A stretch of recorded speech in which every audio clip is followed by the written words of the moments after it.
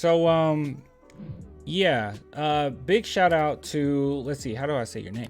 Boyvik. Okay, Boyvik on Twitter tagged me in this, and he said I need to go look at this nonsense. It's absolutely ridiculous, Clan, you got to go look at this. It's absolutely sickening. It's disgusting. I'm just kidding. He just said it's a really dumb trade scenario. So I have not read this, so I thought it'd be interesting to just do a video really quick and go over it. So if you guys want to support the channel, clanthemerchfan.com, link in the description, or become a patron, a YouTube member, only $2 per month. I'm actually wearing some merch right now, as you can see. Yeah, it's a fresh prints of San Antonio. So if you guys want to support, please do, link in the description there. So all right, let's go ahead and take a look at this. Spurs land Grizzlies, Ja Morant, and bold NBA trade scenario. So let's scroll down. Okay, when an NBA team is rebuilding, the first thing they're looking for is a franchise player.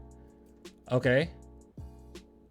All right, I'm guessing it's going to be on the second slide. Okay, all right, now before we look at this trade scenario, I'm going to tell you guys this right now, okay? I think you already know this. There is no trade scenario where the San Antonio Spurs get Ja Morant. There's none, absolutely none.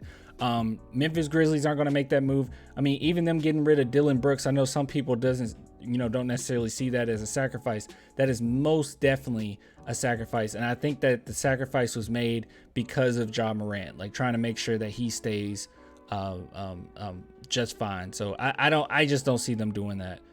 But yeah, let's move on. Let's see. And nor do I even see the San Antonio Spurs getting super hyped to go after Ja Morant with this draft that has a lot of good players. I just don't see them doing that. But let's see what they say here. So let's go to number 2. Let's go ahead and slide. We're gonna slide on them. All right. Okay, so this is a trade. So what do we have here? They received Keldon Johnson. Okay, yeah. I mean, you're gonna have to give up Keldon. Wait, they think that you're just gonna give up Keldon Johnson, Devontae Graham. Screw all the other first round picks. Oh, here's my cat. Screw all the first round picks. Okay, you think that you're gonna be able to get rid of just Keldon Johnson and Devontae Graham? Are you kidding? That is not gonna be the case whatsoever. All right, you're probably gonna have to get rid of Devin Vassell too. Like, that's our best player. You're gonna have to give him something. All right. And then you give them the 2023 first round pick. Okay, I'm assuming what they're saying is if we don't land Wemby, but even yet and still, Scoot Henderson is a great deal. Brandon Miller, I mean, you just talked about, like, I know that this article probably mentions like Ja Morant's off-court shenanigans, but if you even keep that in mind, like Brandon Miller, I know some people are like iffy about him. I'm not. I think he'd be fine, but like, I don't know. That's a little weird, but like Brandon Miller is going to be a great talent. Cam Whitmore is a great talent. I don't really see a reason to give up your whole future for Ja Morant. And even this doesn't feel like enough. So you're going to get rid of him for 1, 2, 3, 4 first round picks. And more than likely the one for 2023 is not going to be Wemby or like another like superstar. It's going to be a player that's going to need a few years to develop into one. But Vic Wembanyama is going to need a little time too. Mika, I don't know what's going on with you. Why are you messing with everything? Why are you doing this? I can't record anything with you. No, come on. I need you to hop off. Yeah. Let's go, okay? Go play. Go. All right? Stay away from the keyboard. Oh my goodness. Now she's biting the chair. I don't know what's going on. Anyways, yeah, so Keldon Johnson, Devontae Graham, these first round picks, yeah, that's not going to fly. But let's see what they have to say. Sure, that's true. Meanwhile, lottery teams in this year's draft will be hoping to land a franchise player. Sure, that's true in any draft. It's especially true in this one.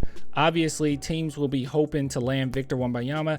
It's no exaggeration to say that this kid could change the sport of basketball. With that said, Scoot Henderson could be a franchise-altering talent too. In an average draft, this guy will go first overall. True. Henderson is a top-tier athlete with elite floor vision. So is Amin Thompson. Brandon Miller could be a franchise player too. Okay, well, all right. Why the Spurs do? Yes, why do the Spurs do this deal? Of course, the Spurs won't do this deal if they get the number 1 pick.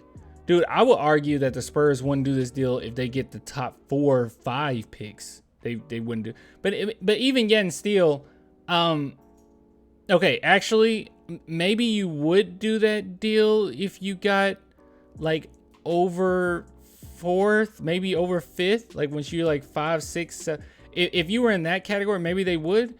But I don't know. It's more so for me for the Grizzlies to not take that deal. That makes no sense for the Grizzlies. Hold on, let me see what he has to say about the Grizzlies, because Spurs making it is fine, I guess. Let's be honest, this probably won't happen.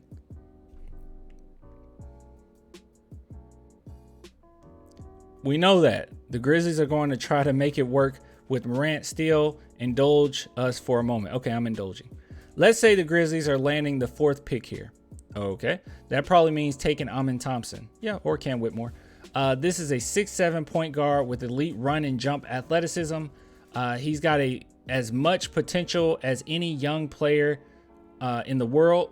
They're also netting a young player with a star potential in Johnson. What Johnson? Keldon Johnson? They talking about Keldon Johnson? I'm not trying to be disrespectful here, but throw in 4 unprotected first-round picks, and the Grizzlies would have to consider this move. I guess. I don't know. I don't know. I'm not super sold on Amen Thompson like some people are, only because he's played in a league that's like basically teenagers, and his turnover ratio is pretty high for that league. And him being like older, one of the older people in that league. So I don't know. I'm not that huge on the Thompson twins like some people, and his shooting mechanics is just really off. Like I'm fine if a player can't shoot that well, like no big deal, but it's like his mechanics are off. So that kind of scares me a little bit. I don't know, weighs me off a little bit, but we're not gonna see. This isn't gonna happen. Interesting article though, and I want to ask you guys: would you take this deal if you were the Spurs? And I guess most importantly, would you take this deal if you were the Grizzlies? I think a lot of times we look at these trade scenarios and we just necessarily see how it works for us, but I can't, even with their explanation of how this could work for the Grizzlies, I don't even see this working well with the Grizzlies. I don't see why they would take this. But anyways, I'll give it to you guys later. You want to support the channel? I told you how. Until next time, bye.